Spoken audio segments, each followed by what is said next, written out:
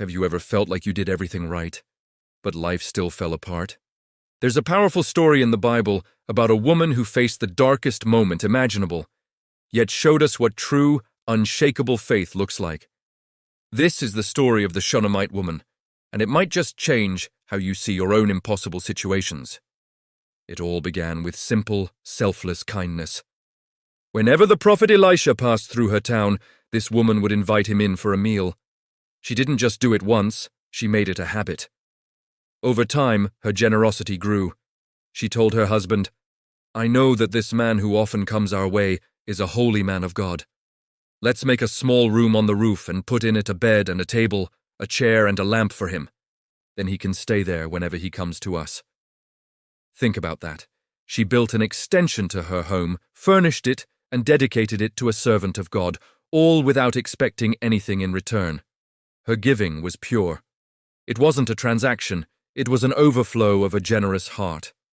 She saw a need and met it, simply because it was the right thing to do.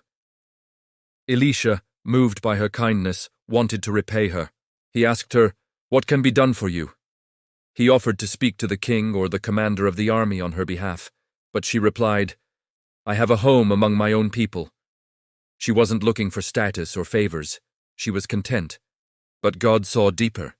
Elisha's servant, Gehazi, pointed out that she had no son, and her husband was old. So Elisha called her and declared, "About this time next year, you will hold a son in your arms." God decided to bless her with the one thing her heart quietly longed for, a child. A miracle was born from her selfless generosity. For years, that child was the joy of her life, a living testament to God's goodness. But then one day, the unthinkable happened. The boy was out in the field with his father when he suddenly cried out, "My head! My head!" He was rushed back to his mother, and by noon, he had died in her arms. Imagine the devastation. The gift she received from God was suddenly taken away. Most of us in that situation might crumble. We might scream, "God, why? I served you. I was faithful. Why would you give me this miracle only to rip it away?" It would be so easy to let bitterness and despair take over. But the Shunammite woman did something extraordinary. She didn't panic. She didn't wail in public or start planning a funeral. The Bible says she took her son, laid him on the bed of the man of God, the very room she had built for him, shut the door, and went out.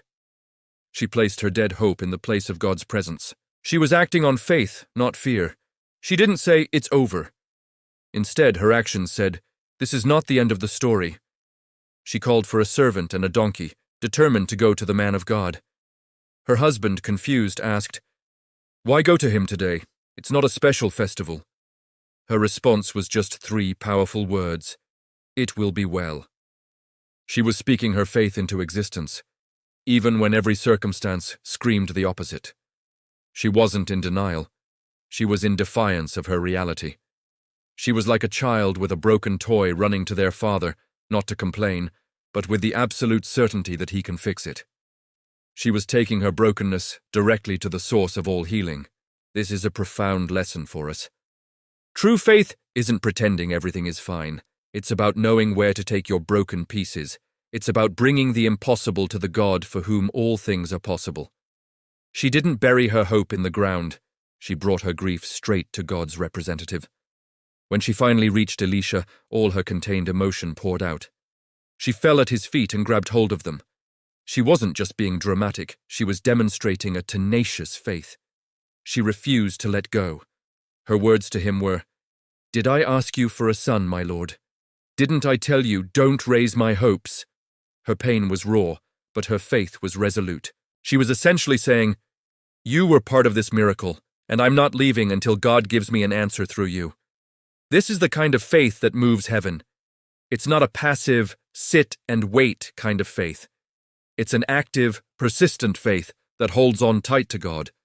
Especially when everything is falling apart, she declared, "As surely as the Lord lives, and as you live, I will not leave you." Her faith compelled Elisha to go with her. When they arrived back at the house, Elisha went into the room, shut the door, and prayed to the Lord. He stretched himself out on the boy's body, mouth to mouth, eyes to eyes, hands to hands, and as he did this, the child's body grew warm.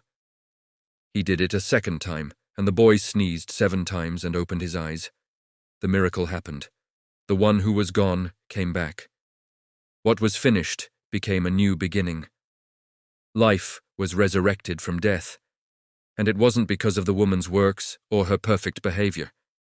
It was because God responds to a faith that refuses to let go, a faith that believes in His power even in the face of death. So, let me ask you today, what in your life seems dead? Is it a dream you've given up on? A broken relationship that feels beyond repair? A financial situation that seems hopeless? A prayer that has gone unanswered for so long you've stopped asking? The story of the Shunammite woman is a powerful reminder for all of us. Don't bury what God can still resurrect. Don't mourn what God can still restore. Don't give up when God is not finished yet. Take that dead situation and, like she did, lay it at the feet of Jesus. Cling to Him with a faith that says, "I will not let you go until you bless me." Your tears are not a sign of weakness. They can be prayers of strength when you cry out to the right Father. The same God who breathed life back into that little boy is the same God who can breathe life back into your circumstances. He is the God of resurrection. Trust Him, hold on to Him, and watch what He will do. Thank you for watching. If this message encouraged you, please like, share, and subscribe for more content that builds your faith. See you next time.